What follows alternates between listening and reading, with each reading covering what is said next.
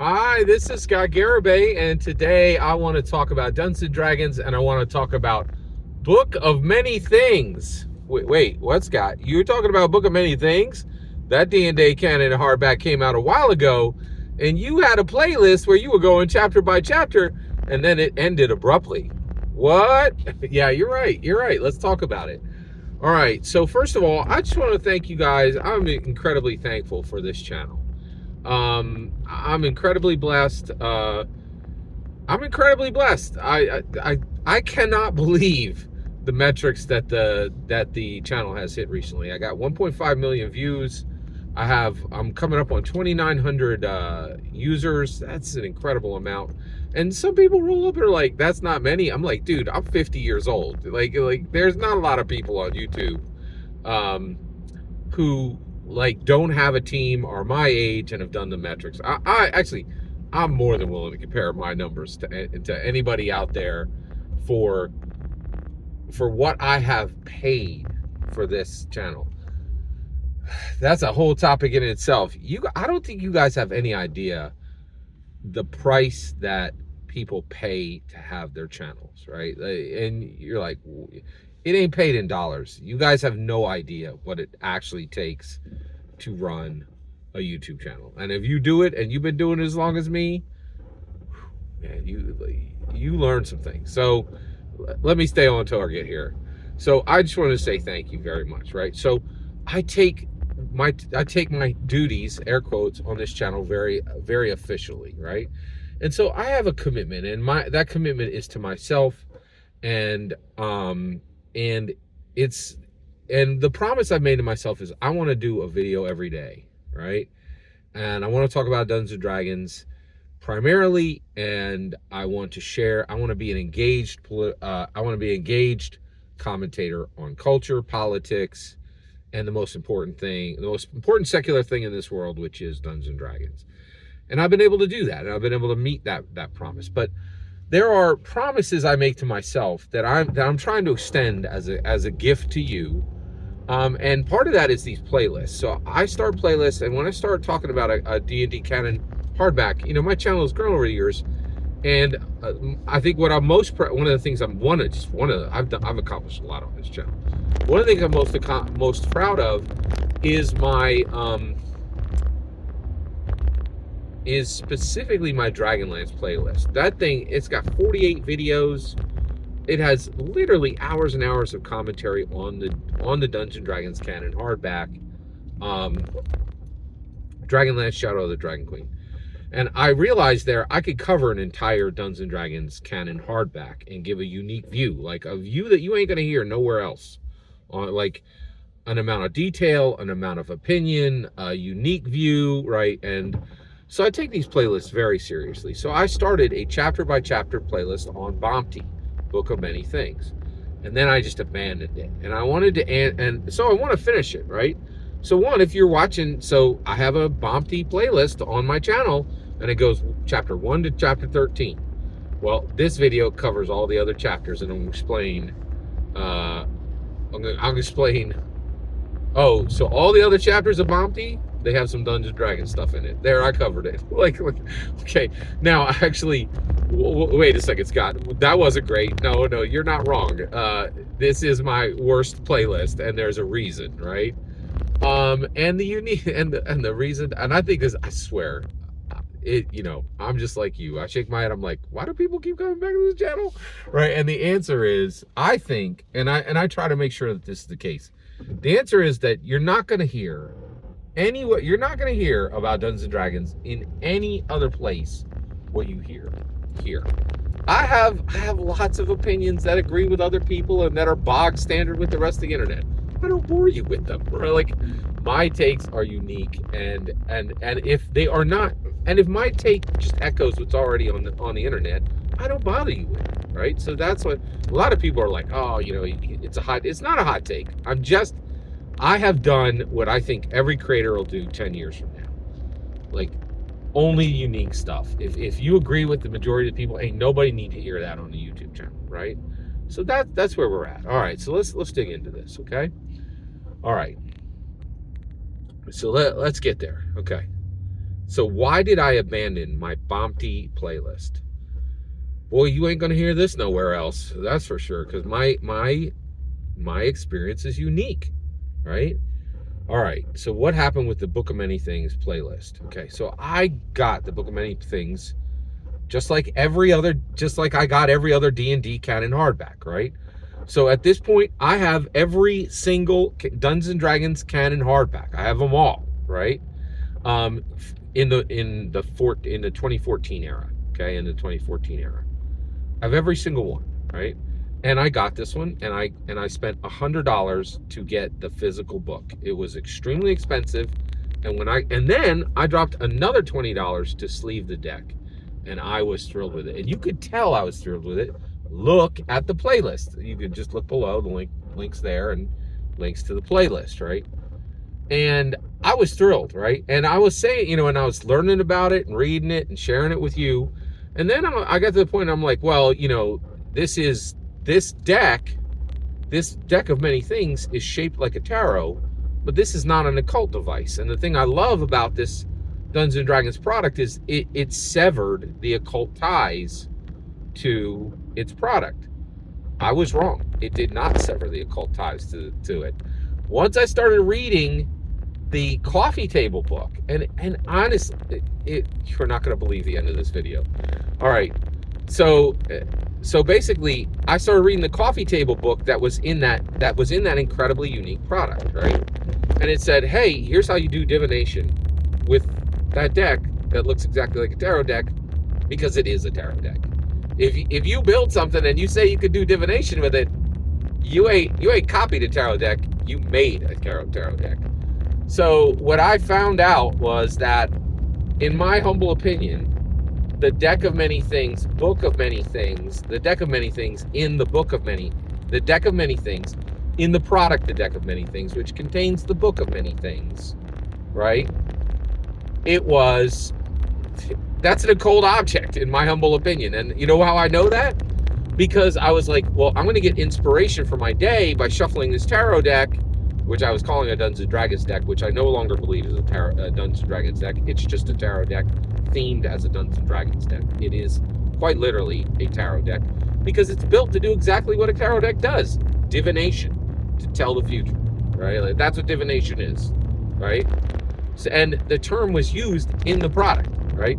So I'm an evangelical Christian, right? So I started playing around with this Dungeons & Dragons deck of many things, which is not a deck of many things. It's a tarot deck, right? And so I was using it to, like, I'm going to get ideas for what can I be inspired to do the next day? What goals can I be inspired to do? Blah, blah, blah. And I realized I finished, and you could actually see it if you watch the playlist. Oh, and by the way, playlist is both shorts and longs, okay? But if you watch how I use it, I actually at one point divine, right?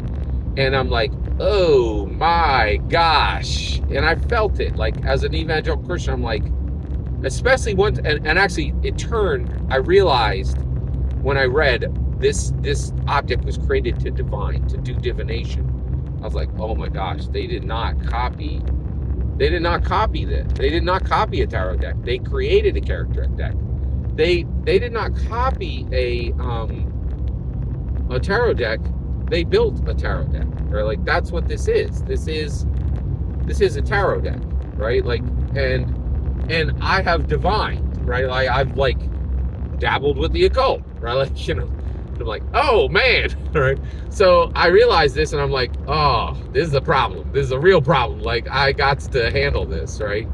So I immediately was like, oh my gosh, I've had a head-on collision with my Christianity and my Dungeons and Dragons participation, right?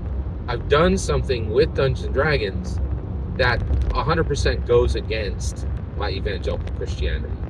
Nothing in Dungeons and Dragons telling a narrative, signing on for a different identification, melding with another identity, imagining what it would be like to be a different person. None of this is against evangelical Christianity. Evangelical Christianity encourages imagination. It encourages intellectual exploration. But you cannot dip into divination. Actual sorcery is forbidden, right? So this was a full head-on collision between my evangelical Christianity and my Dungeons and Dragons participation. This is the most painful secular decision I've ever had to make. I packed up the whole, and I was like, oh man, I can't keep this, right? And then I was like, well, wait a second. Anybody you give this to, you're just going to encourage them to participate in occult divination. You can't give it away. So the reason this is the last entry in this playlist is I took that entire brand new. I got it for my birthday, right? I'd forgotten this. And actually 3 people I know had to combine their money to buy this, because I would never ask anyone I know to give me a $100. So 3 people I knew went together on this. I packed that sucker up. I unsleeved the deck, put the deck in the book, and like put it all together exactly the way it was sealed. And I threw it in the garbage. I put it in a dark, I actually put it in a thick black trash bag, and I threw it right in the garbage. And it was very painful, and I was ashamed, right? Because I should have known this thing looked like a tarot deck. I should have known it was a tarot deck. And the reality is, I'm very aware that Dungeons and Dragons had occult connections from the very beginning, right? So I threw it in the garbage, and my copy of BOMT, Book of Many Things, is in a landfill. And so that's one now, actually. Yeah, that's one Dungeons and Dragons canon hardback I don't have. And that's rough. That is really rough, right? And I miss it. And this was very difficult for me. But the reason why it was important to do this is I'm a human being just like you. I have priorities, right? And God is my priority over Dungeons and Dragons. So when there's a head-on collision between my Dungeons and Dragons participation and my evangelical Christianity, I got to do the right thing. I had to prioritize God, and that's what I did. Right now, you're like, wait a second, Scott. If you believe that Dungeons and Dragons is connected to the occult, why do you continue to play it? Well, I'm going to tell you right now, liberty. I'm given liberty by Jesus Christ. Any Christian is given liberty, right? And actually, we're warned not to fall into legalism, right? So God has put us on this earth for 85 years to enjoy this earth, and for one of the things is to enjoy this earth, right? We're going to be with him forever. It's going to be a lot better there, but there's unique experiences that we're going to have just here, right? And so the reality is, I do not expect I'm not upset with Hasbro or any of the designers at Dungeons and Dragons for building an occult bound object. First of all, they don't know any better. They don't know that tarot decks are, connected to demonism. Like they don't know that, right? Nor should they. How would they? They've never gone to church or, they don't know. They literally don't know, right? So, and the thing is, I don't expect, and I really dislike this, and I don't want to be one of these Christians, right? I despise Christians who go to the movies and then whine that the movie is like unchristian, right? That's on you, man. Like you know that Hollywood is not going to produce Christian works, right? So the reality is, if you make a choice, and we're given liberty by Jesus, right? He's like, hey, I'm not going to put you in hell because and this is it. There's some things are clearly, they're called out in the Bible. It says this is a sin, right? And nothing Dungeons and Dragons does is directly a sin until they connect it to the occult. The occult is clearly sinful, right?